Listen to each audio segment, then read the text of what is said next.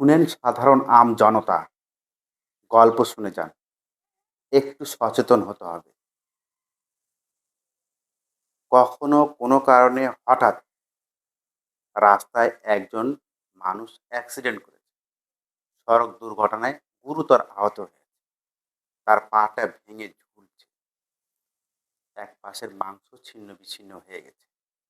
এমত অবস্থায় ওই দুর্ঘটনায় আহত ব্যক্তিকে দ্রুত উপজেলা স্বাস্থ্য কমপ্লেক্স হাসপাতালে জরুরি বিভাগে নিয়ে আসা হলো। তখন ডাক্তার তাকে দেখে বলল, "পা ভেঙে ঝুলে গেছে, প্রচুর রক্তক্ষরণ হচ্ছে। দ্রুত একে রাজশাহী মেডিকেল কলেজ হাসপাতালে নিয়ে যান। যদি না নিয়ে যান তাহলে রক্তশূন্য হয়ে মারা যেতে পারে। রোগীর এই অবস্থায় প্রচুর ব্যথা হবে। দ্রুত রাজশাহী মেডিকেল কলেজ হাসপাতালে নিয়ে চলে যান। নাহলে রোগীকে বাঁচানো সম্ভব হবে না।" রোগীর যে রক্তক্ষরণ হচ্ছে এটা যদি রোগী সহ্য করতে না পারে, যদি বমি করে তাহলে হার্ট অ্যাটাক হয়ে মারা যেতে পারে। দ্রুত রাজশাহী মেডিকেল কলেজ হাসপাতালে নিয়ে যান। ১ম অবস্থায় ডাক্তার সাহেবের উদ্দেশ্যে বলি, সারা জীবন কি আপনি এমবিবিএসই হয়ে থাকবেন? নাকি শুধু পরীক্ষা দিয়ে সার্টিফিকেট অর্জন করবেন?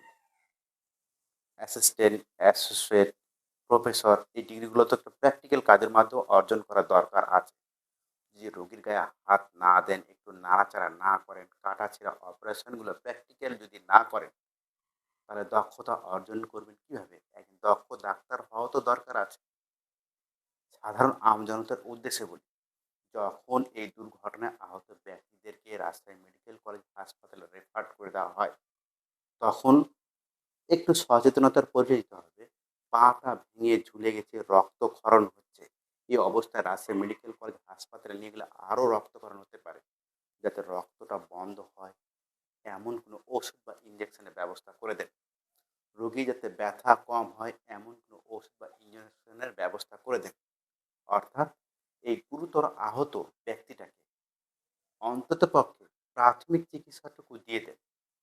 প্রাথমিক চিকিৎসা দিয়ে তারপর রাজশাহী মেডিকেল কলেজে হাসপাতালে পাঠান। এটা সাধারণ আমজনতাকে একটু বুঝে নিতে হবে।